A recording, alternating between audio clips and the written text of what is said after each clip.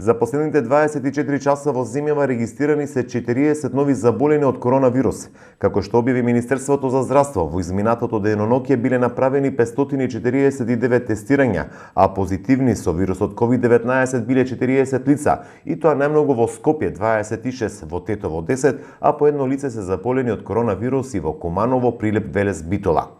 До сега во земјата се направени вкупно 23.316 тестирања на COVID-19, а од вкупниот број направени тестови во изминатото деноноќе 209 се во рамките на скринингот низ градинките во земјава, при што е потврден еден позитивен случај вработен во градинка во Скопје.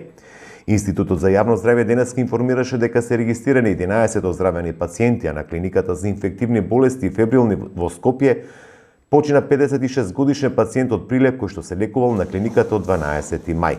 Вкупната бројка на ковид диагностицирани во нашата земја од почетокот на епидемијата изнесува 1898, бројката на оздравени пациенти 1378, на починати е 111, а во моментов бројот на активни случаи во земјата изнесува 409.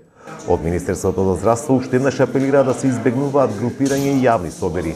Важно е да се почитуваат 3 правила, како што е задолжително носење на заштитна опрема на лице, одржување најмалку 2 метри растојание од сите и редовно миење и дезинфицирање на рацете.